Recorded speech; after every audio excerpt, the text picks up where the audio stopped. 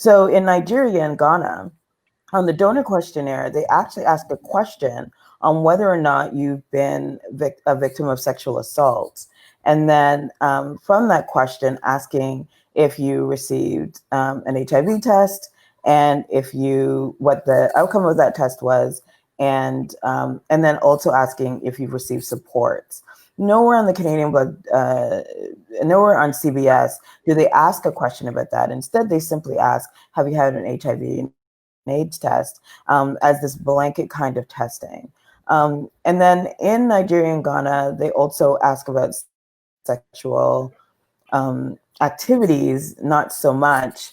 It's been a few years, but not so much in terms of, are you a man having sex with another man, but they ask about partners and that kind of thing. But Canadian Blood Services would never consider that a site of sound and reliable research, again, because of their racism. And I also would argue it's their racism that is that they have never, whenever you address with Canadian Blood Services to take account of their racism, they will just laugh in your face. At least they laugh in mine. And when they had the early kinds of meetings, there were only white people in the room. So this idea that somehow you were actually having a conversation about the experiences of gay and bisexual men with blood donation, right? With Black people showing up as patient groups and, gay and bisexual men showing up as gays, then we continue to perpetuate this idea that one can only be Black or only be gay. And I would argue that my colleagues who've gotten a lot of funding to work with Canadian Blood Services have perpetuated that bifurcation between race and sexuality. And that is a problem, because what they're doing is they're propping up the foundations of colonialism and racism within blood donation as a way to claim themselves as being good sexual citizens. And that is something that we should be, cursing about a lot. But I try not to curse online anymore. I think Sebastian's frozen. Oh no. Right? But it's a beautiful shot. Are you not frozen? Okay. I'll stop talking now. Thank you. Okay, so what do you think, Kai or Christopher, of other, whatever that question was, about other countries doing to remove the ban? While we wait for Sebastian to come back. I actually wanted to go back a little bit because we talked about the research, and I believe it's a discriminatory tool that both Health Canada and the agencies, HEMA Quebec and Canadian Blood Services, used to discriminate, stigmatize us. And I think that that's part of the conversation that often gets left out. And I'm happy that part of the money that they funded towards this research did go towards research like yours, Dr. Dryden. But there is many organizations that received funding, like you mentioned, that probably shouldn't have. Because they did exactly what you said, and also furthered the stigma, furthered the discrimination, and they still continue to this day. And we even see that the federal government was so committed to this that they added an additional, I believe, $1.5 million to the $3 million they put into this research. That was initially announced. So there's been about $4.5 million put towards racism and homophobia, transphobia, and it has to stop. We need to put an end to this. I'm tired of this. I've called them out. I've told them that this is wrong, that it needs to stop. And yet they continue this research. And, I've had to challenge some of these researchers directly. I've had to have these conversations with them, and, they are firm believers that what they're doing is the right thing, but they're not. I wish that more people understood just how much the medical community and science has played a role in the oppression of marginalized groups, and continues to. And so I think that's just one point that I really wanted to make before I forgot it. But can we go back to your point? Because I think that's also very important, and I would like to discuss it as well. Dr. Dryden? My point? Which point? Yes. About, I believe you were talking about the countries. I didn't get that was Sebastian's question. It was Sebastian's question. Oh, okay. And so I just figured while we were waiting for Sebastian to come back, we could still talk about it. So maybe Kai can add like some of the information, and then Sebastian, you're here. I'm back. I'm here to listen. You made all the points that I could make, Dr. Dryden, that, it has a racial and racialized aspect in terms of trying to offload or just find another scapegoat, right? And it's very interesting what Chris was talking about too, about the role research might have in obscuring or being a smokescreen. It'll be interesting. They definitely are related, and I can't say for sure, because when I was at the stakeholder conferences, which is my only real avenue into this, is CBS seemed supportive. Whether or not that was also just really good pretending or placating, but it certainly seemed as though it was really the patient groups that were offsides, and maybe that's perhaps yet another way of pitting two stakeholder groups against each other rather than taking accountability, because there definitely is an accountability about sharing the data, and the public education piece that they promise that is not there. If so much money is being poured into this research, then why aren't we seeing it more prominently? I mean, I couldn't find it on CBS's website anywhere. So something I would like to add too is, what's interesting is about the reduction in the policy, and I don't want to forget either, there are other policies, right? There are policies that bar trans people. There are policies that bar people from Mexico whose mothers are born in Mexico and Central America and South America, and their grandmothers. There's all sorts of racist policies that still exist to this day that need to be eliminated. But back to my point, what I was saying is that, sorry, I'm totally losing what I was saying at first. What did I say at the beginning?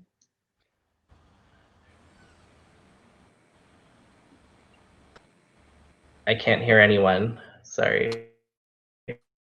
Oh, I think you were talking about trans folks and about how there are different segments of identity groups that are being kind of cordoned off rather than. Right, but before that, what was it that I was referring to before that? Well, why don't you think on it? We can come back. It'll come back. Yeah, sorry. If I can redirect then with a new question, and then Christopher, just let us know when you're like, oh, I know what that was going to be, and then you can just jump back in and let us know. We actually, the pop-up blood donor clinics in high schools and university campuses, are there negative impacts? What's our take on that? So I just remembered, and I can totally answer that as well. What I was going to say is that the reduction in the deferral period that's been used, that we continually see from the first introduction in the 1980s, there is no research, there is no scientific evidence, no information, no evidence that they can provide for those reductions. We've demanded it. We've made these requests through Parliament. We did it through our legal challenge. We have done everything possible to get this information, and they don't have it. So there is no basis for those reductions, and of course there is no basis for the policies in the first place. So that's one point that I wanted to make. But to your question about student unions taking the position that we shouldn't have these donation sites on campus, I believe that in a way it did play a role in us getting here. I think it really has, and I don't want to call for people to boycott and to stop donating to the blood system, because I think it's important. But then again, it's one of the levers that has allowed us to put pressure on the state, on these agencies, and without it, I don't think we would have gotten to where we are now. Thank you. Amishori or Kai? I mean, I'll definitely add to that Christopher is right that you do have an amount of pressure that was applied by this stance by CFS to disaffiliate and stop hosting these campus donation clinics. It really, it was a big struggle for me to figure out how to come to terms with that, because,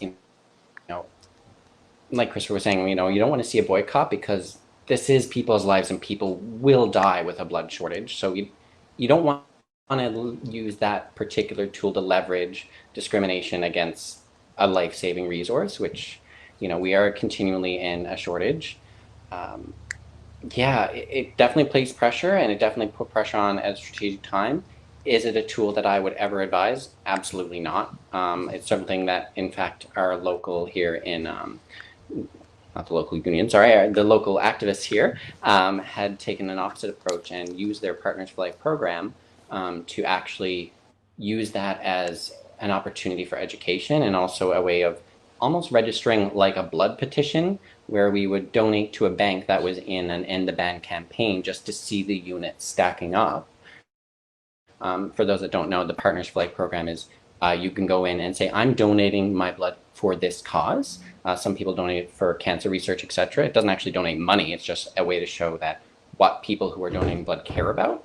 So we actually got something like a few thousand people to donate into this End the Ban just in Newfoundland and Labrador bank, showing Canadian Blood Services that there was really an appetite for change. I thought that was a way to both help the blood supply or continuing donors demonstrate that without actually contributing to a reduced demand. It was essentially a blood petition. It was one tactic that we used anyway here. Mm-hmm. So yeah, the students at York and then York University coming on board to bar Canadian Blood Services from donating blood. This is before the Canadian Federation of Students even took this on as an issue. And so I do want to shout out to the students who are long since graduated or left York University, because it was their activism, their die-ins, their saying, we lied on the questionnaire, all of those things that not only forced Canadian Blood Services to take notice, but it's because of the action of York University students and then the administration saying we're barring you from donating blood on this campus, that Canadian Blood Services even began to set up an MSM group to talk about how we can move forward. And so there is a place for activism. So, I believe that we should disarm police, defund police, and abolish police. And I don't mean reform them. I mean actually take all the money from police and put it into community services, housing, proper pay, food, mental health pieces, decriminalize drugs, decriminalize sex work. I believe in that kind of work. And so while I never tell anybody what decision they should make about blood donation, and as someone who's had to receive blood products in the past, I do believe firmly in radical revolutionary action to make the state do the work that it needs to do. So I firmly believe that. And I believe that there's again, it's like this belief that somehow, since it went from 12 months since it went from 1979 to 5 years to 12 months to 3 months, I think we really need to stop thinking about that as progress. And we need to stop thinking about Canadian Blood Services as being committed to our well-being, because they're not. And I think they are very strategic in using the fears of patient groups to say, oh no, we can't do this. So even though much of the research from the MSM Research Fund is still being conducted, at that meeting in November 2019, they just told us, even though we were all in the middle of our projects, right? In the middle of our projects, have not yet given them the evidence out of our research because we're in the middle of our projects. They have already said it's just going to stay at 3 months and we can't see the question changing in the future, and we're done, right? So they've already made that decision. And so I do think it's easy for them to deploy patient groups, but they're also radical patient groups. And I don't understand why we're not working more closely with them. Like there's a radical, sickle cell group, there's radical, Crohn's groups, there's radical, right? There's radical groups that are also demanding, that the blood operator act differently. And when Canadian Blood Services isn't laying this, false fear and realized fears within patient groups, what they're saying is that it's because of Health Canada. Now, I've spoken with people at Health Canada, and they're also, at least they tell me, a little surprised at the really poor and offensive and atrocious behavior of Canadian Blood Services decision makers that I've encountered, and other Black queer people have encountered, in this Black queer and trans people have encountered in our conversations around HIV stigma and blood donation and blood bans. But we're still in this moment. So I do think that, we also need to talk about it alongside private donor clinics that are also deploying really homophobic and racist donor questionnaires. And so this idea that somehow it's just Canadian Blood Services or Hema Quebec, and that there's not some kind of agreement with the private clinics, at least in Ontario, I think we really need to rethink that, because that is not the case. So there are high school groups, high school people, high school youth who are saying, F that. We're telling Canadian Blood Services they can't come here anymore. And one of the reasons why Canadian Blood Services goes to universities and college campuses is because if they start getting donors at 17 in most of the provinces and 18 in Quebec, then that means that they'll have lifelong donors, right? Like that's part of their thinking around that. And so when you have high school students and first-year students who are having die-ins around the clinics, right? Who are having silent protests outside standalone clinics off campus, who are doing these things. What happens is the system, the Canadian Blood Services and Health Canada, actually have to be like, we need to respond. I'm not going to say that they won't call the cops, right? Like Chatham Wentworth just posted a picture the other day of a police officer in full uniform with gun, with taser, all of those things, saying in the sign that he held, saying uniforms unite. And they post that in the middle of anti-Black racism uprisings against police brutality with the police station's rainbow insignia, right? So this is what a Canadian Blood Services operator did just the other day in this moment. So when I say they really do not care about us, in these moments, what they do is they identify who they're really speaking to. And that is not Black, queer, and trans people. And let's not forget, we also saw them like and possibly retweet a Trump tweet as well on their timeline. I think it also makes their politics so much more clear because we're actually seeing it visibly on their pages. It's not like it's hidden. It's making it so much more clearer, and I think we need to keep challenging them and resisting and telling them that this is just not acceptable, and that we will, do anything that we have to do to put a stop to this. While Sebastian works that out, I just wanted to make a point that, CFS and a bunch of other cool folks have definitely gone into the petitions that have been going around to Canadian Blood Services and the Minister. And, what I would like to see is certainly a revision on how that plays out, and, maybe a demand for this kind of surveillance data that, you said, Christopher, that you're unable to even find it. You've asked for it multiple times, and perhaps putting the pressure points that they can't really deny or skirt around, because I know the discrimination one is easy to skirt around with the whole, notwithstanding and, safe risk or, plausible, an acceptable amount of denial for public safety. But, if they had this commitment to research and surveillance, then, where is it? Where is the public education mandate that you promised us? And really just kind of make them either give us the goods or, then we would have to go to more radical means.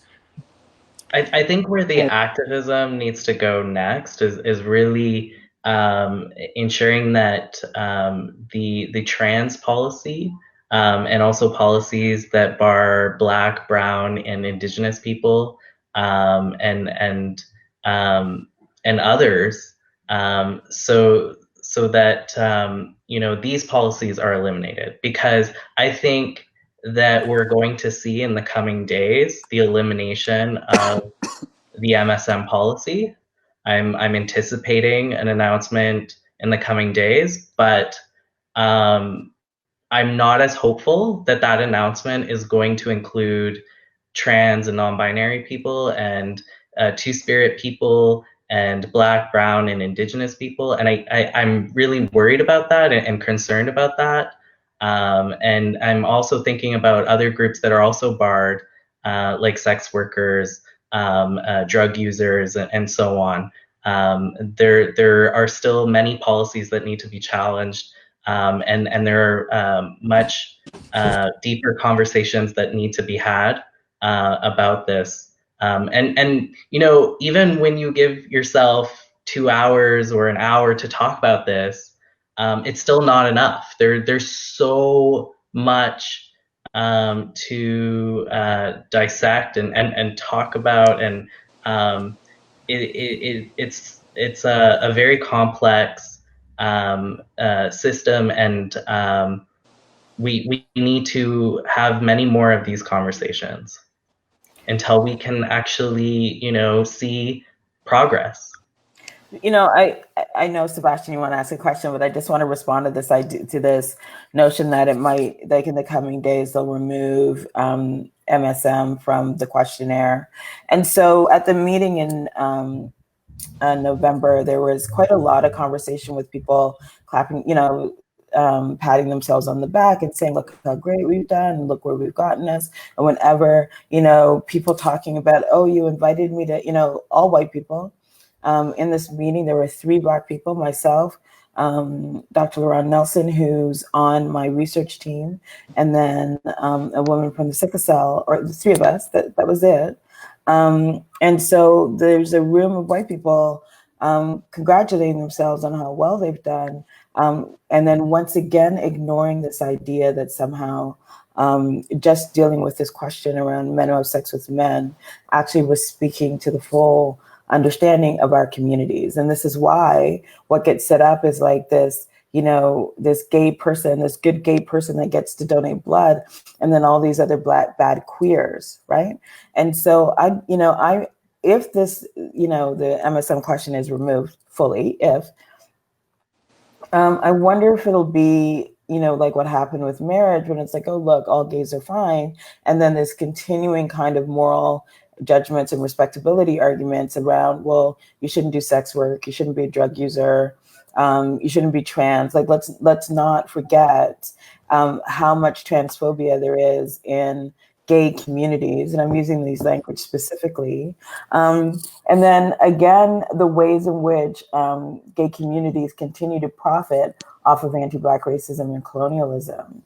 So when I see this question around risky behavior, I think we need to remember that on the donor questionnaires, when it came to the section on high risk, and remember these donor clinics were held on university campuses.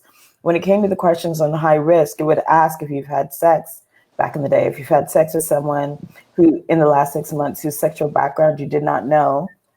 Like, how do you even answer that question? And you're in university, so I'm hoping you're having lots of, consensual sex with people whose background you don't know. And then part of that risky behavior was, are you a man who's had sex with another man?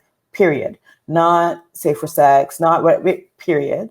And then the other risky question, right? Other risky behavior question was, have you had sex with anyone who was born in or lived in Africa, right? And so we see the ways in which identity comes to stand in as something beyond the pale, something that's just not normal, something that only freaky deeks do. And because of that, we need to make sure we contain it, control it, and name it something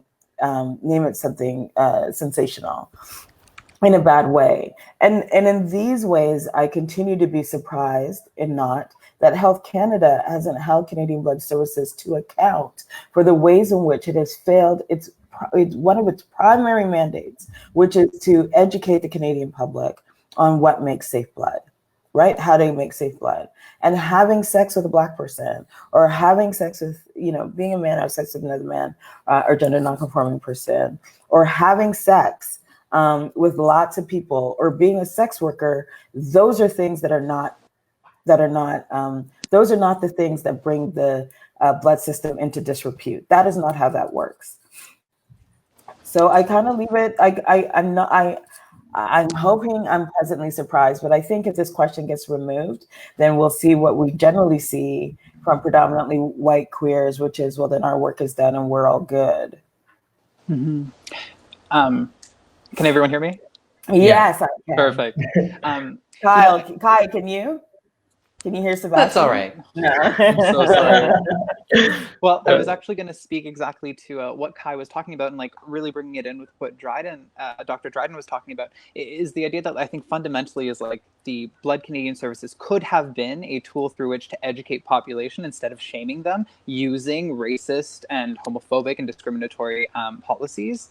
But then on top of that also is like Dr. Dryden's point about how this is a system similar to the police, similar to other systems, which are already so deeply ingrained in oppression and in oppressive forces. And so like, it's very interesting to me how, these moving from 1 year to 3 months is very similar to, police reform or attempts at changing the ways that we approach. It's all very interesting how it's to me, as the way that I'm taking all of this information, is that, it's just another form of institutionalized racism and institutionalized discrimination that genuinely just needs a full rehaul in terms of the system and the way that we approach it. So, the very fact that the World Health Organization was speaking to Canada's model as one that people should be looking towards is definitely scary and definitely is nerve-wracking as something that we don't want to see something instituted worldwide.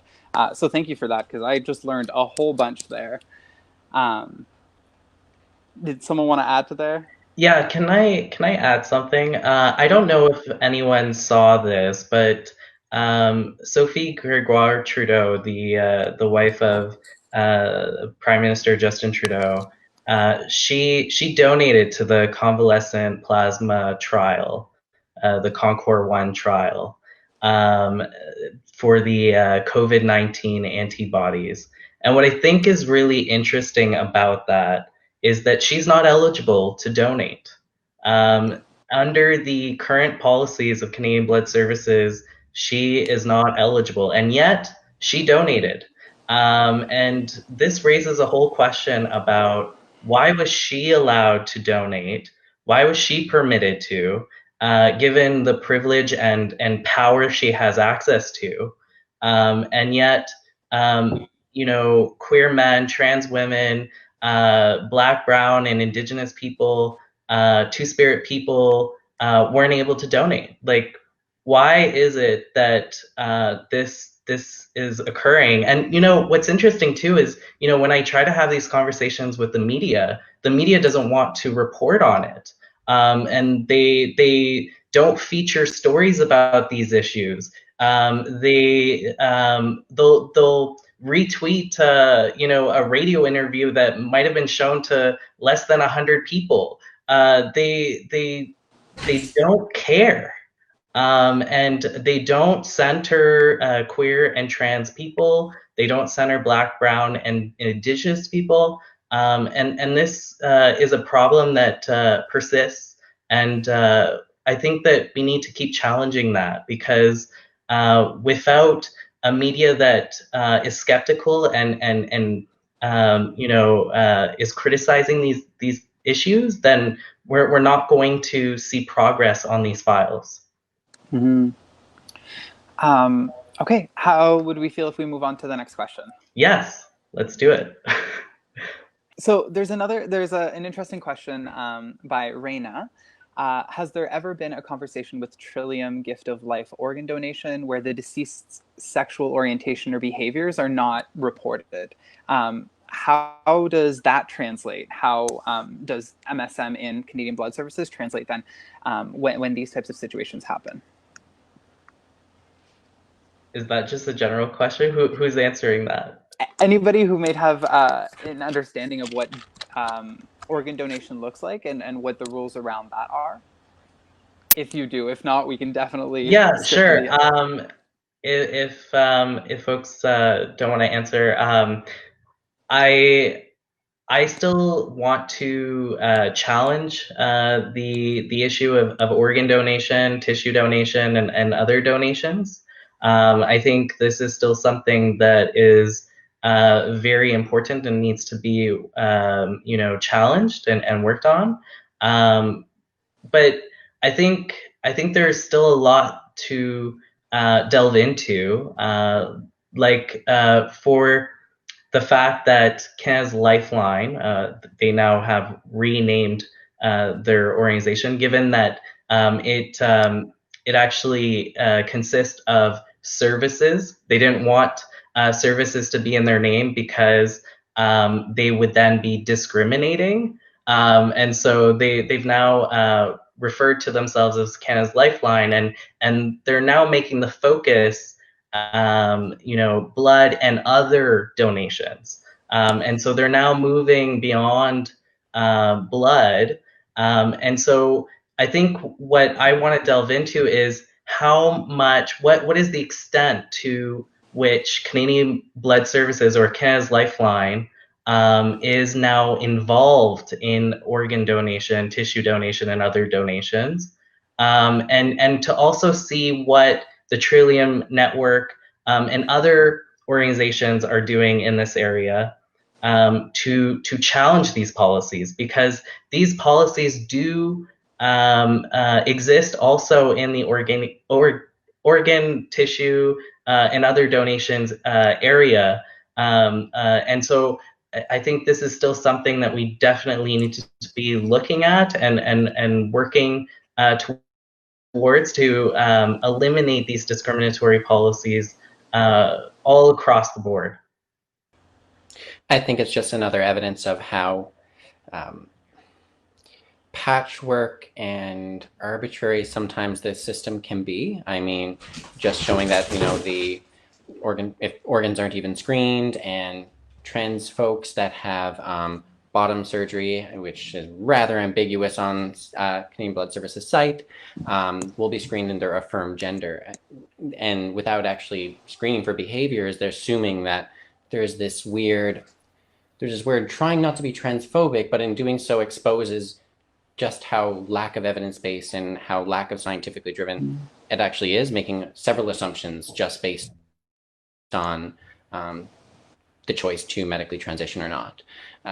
We had this wonderful human in our first consultation that just pointed out the absurdity of being able to donate all of his life before transitioning as a trans man, and then suddenly, as soon as they had transitioned, they were considered a gay man and now weren't able to donate, despite not having the same risk factors that CBS identifies, which is, penile to penile transfer, right? An assumption about sex organs. It's just bizarre. There's just this patchwork of duct tape covering up this dam that's leaking, you know, from all sides. I would like to also briefly add that those policies were not applied across Canada. They were used in most of Canada, but not in Quebec. And then Quebec adopted the policy afterwards. So they didn't believe that it was risky enough to have a policy in another province, but yet had policies across other areas, other jurisdictions. So these policies have no basis.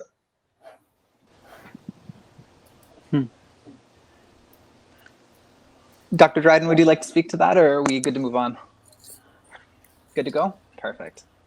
I'd like to shift the conversation a little bit towards, I know that we talked about blood banks coming onto university campuses or high schools, but just in general,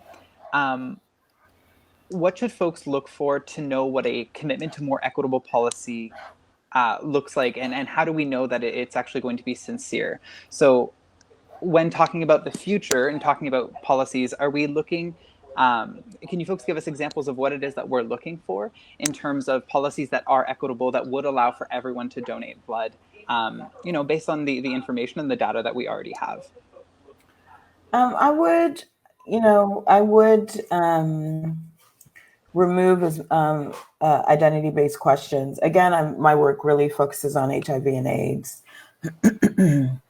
I would, you know, and also the imagery that's used in the donor questionnaire that's been put online, which has also been profoundly racist and truly problematic. I would also ask that there be another look at the questions around malaria, which aren't necessarily, which don't match the same kind of progress or work that happens throughout various countries in Africa regarding questions on malaria. And again, one of the reasons why Canadian Blood Services does that is, you know, they consider Africa a country, and they also consider Africa to still be in development, and they only consider other predominantly white countries as progressive places with technology. And so, you know, I think if I had my way, I would, you know, I would remove the current standing of all of the decision makers from Canadian Blood Services. They've been there for over 20 years. It's time for them to go. This is not a permanent appointment. They've made the system stagnant. They've caused more harm. They've caused unnecessary harm. And so I would be like, thank you for your service. Goodbye. I would also then really situate expertise in with epidemiologists, biostatisticians, humanities folks, community based research folks that is firmly situated in an intersectional model. And so you cannot just have a white gay person and then a black straight person and say, look, we have a gay and a black. That's not how that works. And you can't have someone who claims to do intersectionality and epidemiology and then refuse to talk about race. And we know who those scholars are, and they need to get out of the way. They quite literally need to stop doing that work and get out of the way. And so I would start with that. I'd be like, you've done enough. And there was an opportunity to do that in 2018, when it came to the 20 years, to actually do an environmental scan of Canadian Blood Services and rejig it. And it would have been a good kind of marketing. Oh, it's been 20 years. Thank you. What's his name? Time for you to go. This is who we're bringing in. But systems don't work that way. Systems like to work on the common and the lowest common denominator for a small group of people, predominantly white people. And so those are just some of the two things I would do. And I would restructure even the physical clinical spaces and think about providing separate rooms, like actually rooms where you can go in with someone, tie it and connect it to sexual health. Again, my work is really in HIV and AIDS. And and actually use the technology of testing that is available to us, not as a way to further stigmatize, but as a way to actually start developing a robust blood system. And Canadian Blood Services has a shit ton of money. Recently, they must have hired a diversity worker, because some of the things that are coming out on their Facebook page are so 1970s when you think about inclusivity and diversity. Oh, look, Black people who need blood. Oh, look, the gay person who did whatever. It's ridiculous. And so the money they could use then could be like Canadian Blood Services moments where they actually do proper health promotion, where they say, when you come for blood donation, we're going to ask you how many sexual partners you've had in the last 3 months. We need to know. You are going to engage in a HIV rapid test, and that will come back reactive or non-reactive. If it's reactive, we have somebody on staff to do a blood draw. And then to actually put some money into what does it mean to be on PrEP? And what does it mean when the federal government signs on to U equals U, but yet folks can't donate blood? Like no work has been put into that. And quite frankly, it is beyond their capability of understanding. So they need to get out of the way. They need to get out of the way, because if they continue to do and operate in the way that they're going, then we will always remain in a blood shortage. And they are the cause of that blood shortage. So those are just some of the things I would do. But as I say to my brother, if you just listen to me, you wouldn't be in that situation. I'm the eldest sister. Only an older sister can get away with that. I mean, Dr. Dryden hit several of the nails on the head, and I can't really add any more than to say that she's perfected it. We can all go home now. But like with our Unifor campaign, I mean, we've always had in our petition that it's towards a behavior-based survey. That's the end goal. That always has been the end goal. With several end goals, as Dr. Dryden has pointed out, that we need to use the technology that's available that wasn't there. Well, that was there 10 years ago, but it is certainly widely available now, and there's no excuse. Have that evidence-based and behavior-based survey. And if you are evidence-based, then let's see that evidence. Like, let's see CBS and HEMA Quebec doing that surveillance work that they promised us. That was supposed to be foundational to us going away from that first table.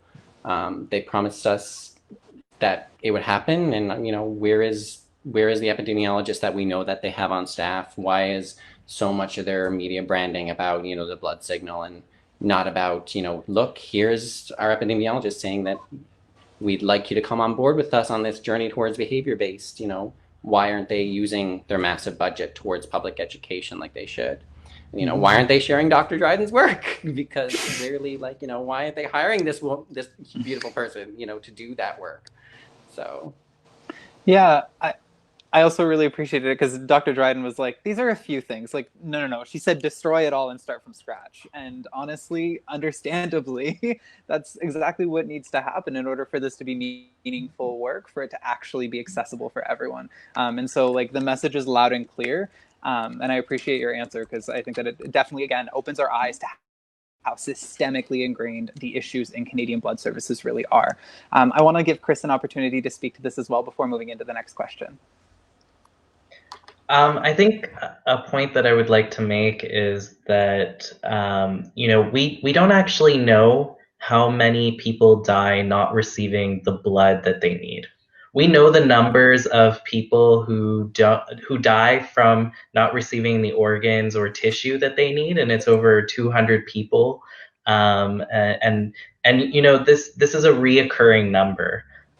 So I'm very concerned about how many people are dying and how many people are being impacted by this, who are living with the consequences of this.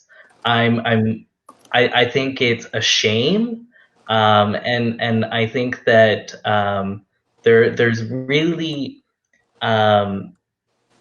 there's so much that should have been done by this point, that just like I said, like Dr. Dryden said, we need to start over. We need to get rid of the executives.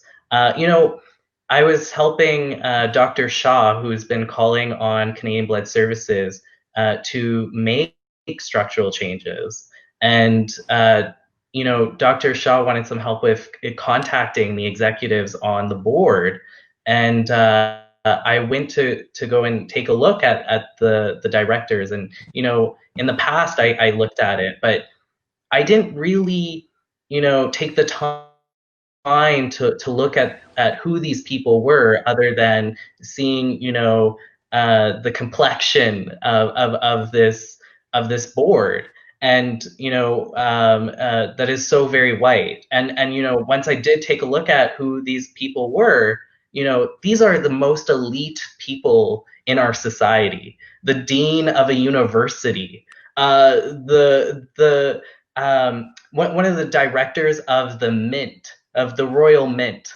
of Canada. You know, these are really powerful people, and I don't believe they should be the ones making these decisions. I don't believe that they center us. I don't believe they're based on science. I don't believe these are evidence-based decisions. I think these people, you know, are no longer needed, and need to, you know, they need to get a hobby. They need to go and do something else, because they are not helping. They are making matters worse, and they are harming communities. They're harming people. They are harming us, and it needs to stop. And Yeah. I want to say Thank the you, same Chris. of, you know, I think that's a really good point. I know I personally come from sorry, I want to also say the same of, you know, Dr. Graham Scher, and also other people who are a part of the upper management, because you know, these people are receiving more than $500,000 a year in salary, and yet they can't get it right. And you know, throughout the course of my legal challenge, some of these people have made over $1 million in salary. I don't know how we can justify that, and how that continues. And we need to really question why people are receiving so much money. And I wonder, you know, does this mean that they need to be complicit? And is that, you know, the lever for which they make these people complicit in the harm that they cause? And I just I think we need to start over. I think there is a better model. I think there is a better you know, system. And you know, I'm not a fan of systems. I know that a lot of people, you know, they'll say they're survivors of systems. But you know, if we're going to have a better model, we need to work towards that. And if it means starting over, then we need to do that. Perfect. Thank you, Chris. Can everyone hear me still? Yeah. Perfect. Yes. Okay. So we'll have closing statements from each of you, but first I just wanted to ask one last question related to this whole topic, in terms of like, what's the ideal solution? How can we address this in the system? But how can individuals who may just be getting into this work, or individuals who are just finding out about this and want to get involved, how can they contribute and pave the way to make sure that we do institute a new way for Canadian Blood Services to operate? I'm going to tell you the question so you can go first. Thank you. So Sebastian was asking if how people who are new to this discussion and to what's happening, how they can get involved, what they can do, like that kind of thing. I mean, I'm here representing Unifor, so I'd be remiss to say that, you know, we do still have an active campaign for our members, and it's public education with the petition on ending the ban. So endingtheban.ca for us is definitely something that we're committing to relaunching, and definitely rejigging how we can better get a response from CBS, because it seems as though those boxes and boxes and boxes and boxes and boxes of petitions from these last 10 years aren't doing the job. So we're trying to figure out how to do that. So I would really love to hear everyone else's idea, but we definitely want to really pressure them in pressure points that haven't been pushed before on, especially about, you know, their commitment to public education, and how we haven't seen any of that aside from these stakeholder meetings that largely take place in secret. I mean, I was involved in them and I haven't really heard anything about them since I left. So, you know, I'm glad that Dr. Dryden got invited to one, but they kind of seem to rotate out in a strategic fashion so that people don't stay involved. Yeah, that's good. Yeah, I invited myself because just do that. You know, one of the reasons, and I keep meaning to say this and I keep forgetting because it's so brilliant. Like, I really appreciate all that you're saying and the conversations that we're having. I think the reason why people don't engage with blood donation more is because they feel like it's a medical thing. They think that it's outside their realm. They think that it's an objective field. They think that it's, you know, that it's not subject to opinion and not subject to stereotypes. They think it's kind of beyond that, like it's blood. And plus it's blood. So people don't really want to talk about their blood. They won't talk about any form of their blood. It's supposed to be on the inside. If it's on the outside, then something terribly, terribly is wrong. And so I think there's a kind of blood phobia and a blood barrier, if you will, that actually brings people into the conversation. And so, you know, as I said, we're in the middle of a pandemic, and whilst in the pandemic, we're also involved in a global uprising against police brutality, anti-Black racism, and you know the incarceration and psychiatrization. You know, where you go for a wellness check and you just end up killing people. And so one of the things that we're learning around these activist moments are a way to come in, to step into activism and then say, what do I do and how do I respond to that? And so there's so many webinars, but this is where I think it's important for us to understand that we actually do know more about blood than we think we do. Because all of us have blood stories. Like, all of us have that story around blood, whether it's the first time you menstruated and it was horrible, or it was great, or it was a relief, or the first time you decided to be like a blood friend with somebody, or, you know, the first time you came across somebody else's blood, whether it was because you were, you know, having sex and it was a bathhouse, or it was whatever, you know, like, we all have these stories of blood, but we don't actually articulate them out loud. And so my work, I spent a lot of time, you know, I'm working on a book right now where I spend a lot of time talking about our blood stories. And that's just one of the ways that we can come into understanding that we have knowledge around blood. And there's this thing called citizen scientists where, you know, folks, just the average folks, go out and they kind of collect data and they look at things and then they decide what they think about that thing and then they share it with somebody else. You can do that about blood donation. So when we started this work at York, which was mostly York students before YFS got involved, at the time, it wasn't going online and seeing what the donor question looked like. It meant going to the clinic and then squirreling away with the donor questionnaire, because they would often take it out of your hand, and then sitting down and reading it and highlighting it, making posters and doing these things.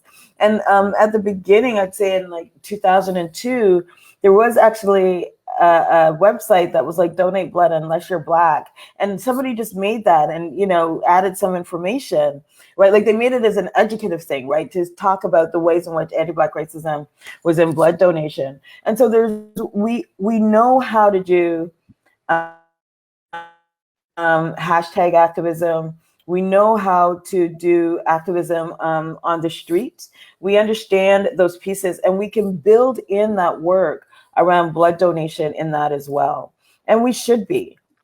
We should be building in activist moments, revolutionary moments, thinking differently, not only about what blood means to us, but thinking differently about how the state uses blood, or how the state wants us to think about how they use blood, right? And, you know, if you're in school, you might want to think about it through, you know, programs like medical humanities and things like that. But I think like anybody starting out in, you know, activism, get a group of people together and force them to talk about blood, and then look it up. Like, you have the internet, you have the library on your phone, and do a deep dive, right? Like, make sure that the sites that you're looking at are actually reputable sites, right? Like, don't go to Fox News, but you know, like that kind of thing. So I think there's ways in which we can continue to do the how do we currently reform blood donation, but then how do we completely restructure it? How do we bring harm reduction principles to blood donation to limit them doing harm to us, whilst also being engaged in revolutionary acts? So I think there's ways that we can, you know, bring ourselves into that, but it's through understanding that we too get to talk about blood. It's not out of everyone else's domain. You don't need to be hematologists. We too get to talk about blood. As their current board shows us, you don't need to have any type of experience. Exactly. I think, again, the point that I really want to reiterate is that I think a lot of our efforts need to be towards ending discriminatory policies that bar trans people and non-binary people and two-spirit people and Black and Brown and Indigenous people and other groups, you know, sex workers, drug users, and others. I think it's important that we put our efforts towards that. And I think the reason I anticipate the elimination of the MSM policy is because it is a policy which targets a group that, in some sense, you know, a part of which has privilege, right? I can't say that for all MSM, but there are a lot of MSM who have privilege, and white cis men who are queer are more likely to be able to donate blood in the likely near future. And I believe that firmly. But, you know, I think that it's a failure of the system. I think, not a failure of the system, because the system's built this way, right? And so the system, you know, continues to exclude and not think of us as people, not as people who wish to donate. And we are, as you know, many of the panelists have said, you know, vectors of disease, or we're seen as, you know, not valuable enough, as people that don't have any, or I should say, you know, something else, because they don't see us as people.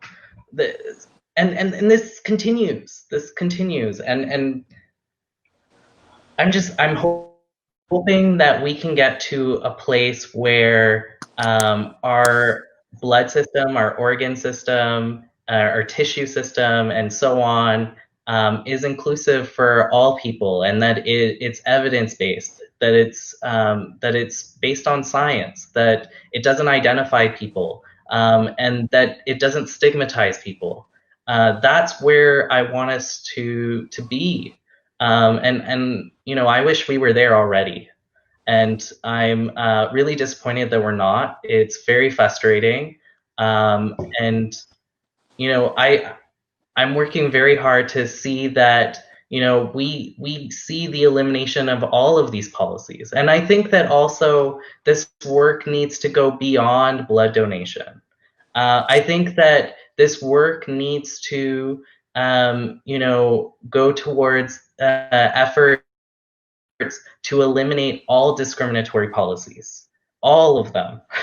And this means, you know, legislation, regulations, policies, anything that has been implemented, which is, having a disproportionate and overrepresentations of populations and communities and groups, and is discriminating and creating all these isms. These policies need to go, and I hope that we will end up at that point where we can imagine a world without without any limits, without any borders. That's what I really hope for the future. Thank you, Chris, and thank you everyone for answering that. I think it definitely gives us some insight on where the conversation starts, but also the fact that we need to continue having it consistently, because as we've talked about, blood is not just political. We live with it, and yet we seem to like to stigmatize it. Okay, well, I'm giving folks an opportunity to give us some closing statements. I'd love you folks to just let us know maybe about some of the work and things that you're walking away from. I know that I'm walking away from this with a lot more information. I'll give you folks the little 3-minute, 5 minutes for closing statements. And if it's all right, we're actually going to start with Kai. Thank you. Just first want to thank my co-panelists for being such excellent humans with a wealth of knowledge that carried this beyond my anecdotes. Yeah, I'm really grateful to be here. I thought it was really illuminating and I learned a lot myself.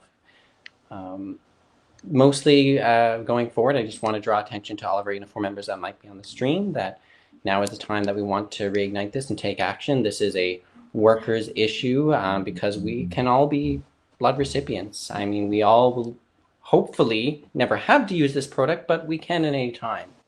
This is a workers' issue, so Unifor has taken it on. All of our members, we encourage you to go to Unifor and Google End the Ban. It'll bring you right to the webpage and give you more about the campaign and sign the petition, which will be newly relaunched in our locals. If you'd like to help with that, or you want to find out more about how you can get involved and other ways that we can do this and put pressure on aside from just petitions, pride@unifor.org is a great way to get into contact with us and let us know that you'd like to be one of our foot soldiers to get this really pushed forward. Yeah, thank you for having me. I've been honored. Thank you, Kai. You've been fantastic. We've really appreciated you having you with us. Chris? I recently joined All Blood is Equal. It's a coalition of many Pride festivals across Canada and NGOs who are working towards the elimination of both the MSM blood donation policy and the trans policy. And I know that there is, so much more work that needs to be done. And we've spoken a lot about this, and I think that we're going to need to put a lot more effort towards eliminating the policies that we don't foresee being eliminated in the coming days. And so I wanted to give a shout out to them because I think that more and more people are recognizing now that this is an issue that needs to be given more importance and needs to be looked at much further, and a lot more needs to be done in this area. Like Dr. Dryden said, we need to restructure even the clinics themselves. And so there's so much that still needs to be done, and I hope that we're all going to work toward more inclusive